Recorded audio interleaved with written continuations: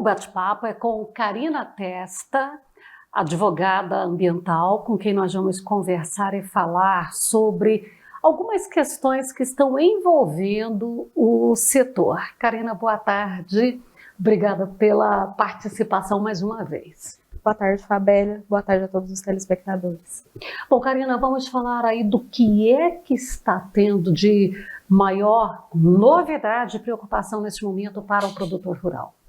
Bom, Fabélia, recentemente tivemos aí uma decisão do STF que foi recebida por todos até calorosamente, né? Não do ponto de vista positivo, mas do ponto de vista negativo. O STF ele determinou que os imóveis rurais que tenham sofrido incêndio criminoso e desmatamento ilegal sejam objetos de desapropriação pela União. Então a gente vê aí mais uma vez o STF ultrapassando os limites daquilo que é de sua competência.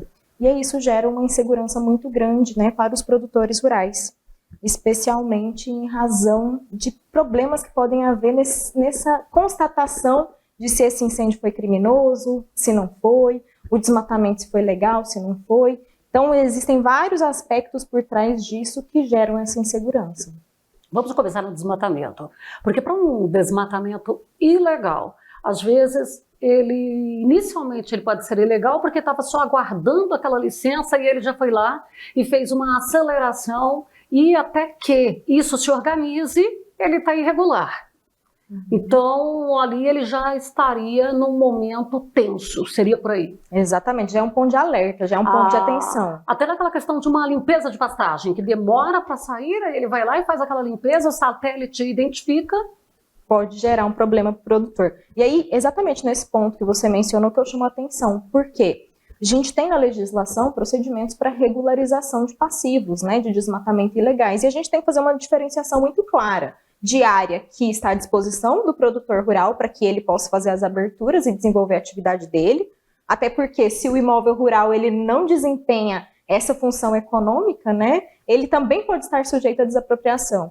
E a gente tem o desmatamento em áreas como a área de APP e de reserva legal que não podem ocorrer. Então como é que vai ser isso? Como que vai diferenciar o que é um desmatamento de uma área passiva daquilo que não é? E se houver um erro ali no momento da fiscalização, isso pode sujeitar o patrimônio do produtor, então, a essa questão de desapropriação? E vou além ainda. A gente sabe que quem lida com o dia a dia de fiscalização ambiental, de processos administrativos, seja do IBAMA, de secretarias estaduais de meio ambiente, a gente sabe que de fato podem ocorrer erros, né, de constatação. Será que foi o proprietário que realizou aquele desmatamento? O incêndio, por exemplo, será que não veio de uma área vizinha? Como é que vai comprovar se o incêndio é criminoso, se não é? Quem que deu origem? E se é criminoso? Quem foi o criminoso nessa história toda? Exato. Porque sim, a maioria dos incêndios são criminosos. Mas esse crime está vindo de onde? Eu sou vítima ou criminoso?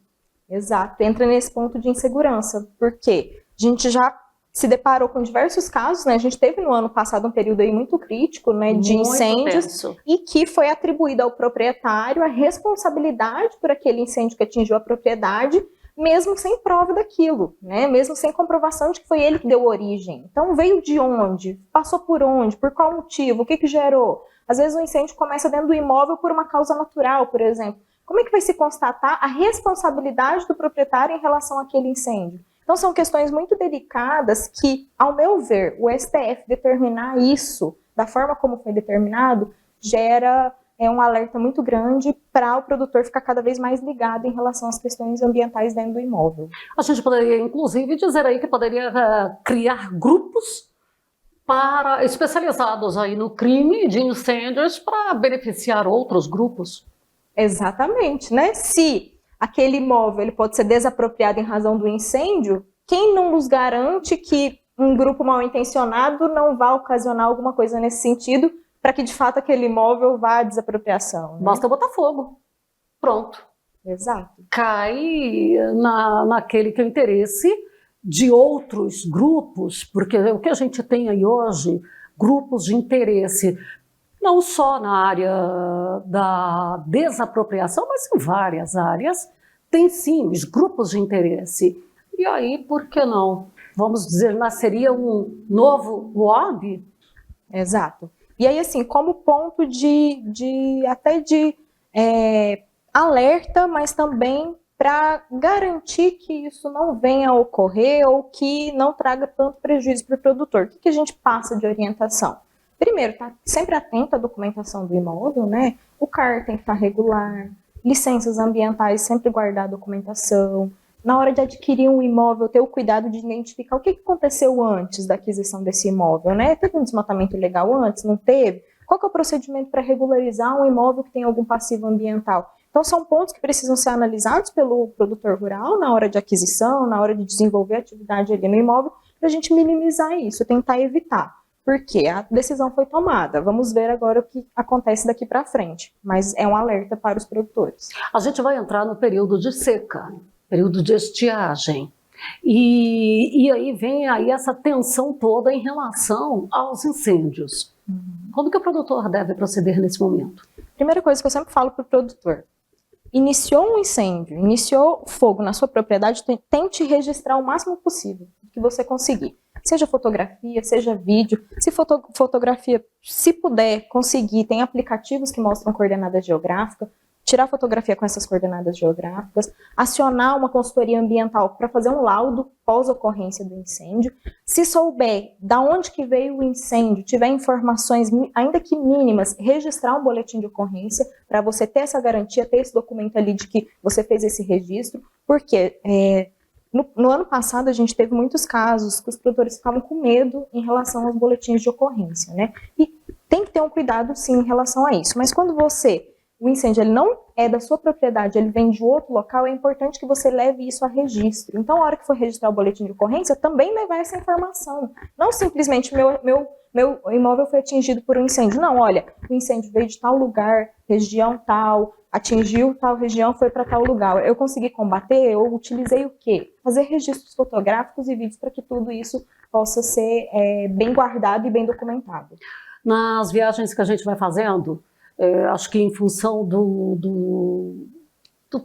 de toda a preocupação, do desespero que ocorreu no ano passado, porque foi sim desesperador, nós estamos vendo muita limpeza às margens de rodovia. Então muitos aceros estão sendo realizados. A confecção de aceros e fazer esses registros também, para que o produtor depois, numa situação de uma incidência, de um incêndio, de uma tentativa de desapropriação, ele possa mostrar que ele tomou medidas que também eram medidas plausíveis para tentar evitar um incêndio? Com certeza. Tudo que pode ser feito de forma preventiva é importante, né? A gente teve aí até uma alteração na legislação que trata sobre infrações ambientais, sobre isso, né? De o que foi feito previamente para se evitar aquele incêndio naquela área. Então, sim, fazer aceros, proteger essas áreas em faixa de rodovia que, por mais que seja competência, né, ou do Estado ou da União, dependendo da rodovia, cuidar daquela faixa, a gente sabe que na prática isso não funciona muito bem. Mas aquilo faz diferença, porque é dali que talvez vai iniciar um incêndio. Então fazer esses aceros também é muito importante. E aí outro ponto importante em relação a esses aceros, para a gente deixar bem claro, registrar isso, que foi feito isso, procurar uma consultoria ambiental que te garanta isso, por quê? Nós nos estamos deparando agora com autos de infração ambiental em decorrência de aceros que foram feitos no ano passado. Então, para você ver assim, a complexidade disso, o produtor rural ele agiu rapidamente para fazer um acero na área dele, para evitar que o fogo se propagasse, e agora ele está sofrendo as consequências disso junto ao órgão ambiental, tendo que explicar que isso, na verdade, foi uma medida de prevenção de incêndio numa área maior. Então, assim, são desafios gigantescos. Fica difícil, mas é preciso tomar as providências. Então, o melhor mesmo é que você esteja municiado de documentos e acompanhado de profissionais que conheçam tudo da legislação.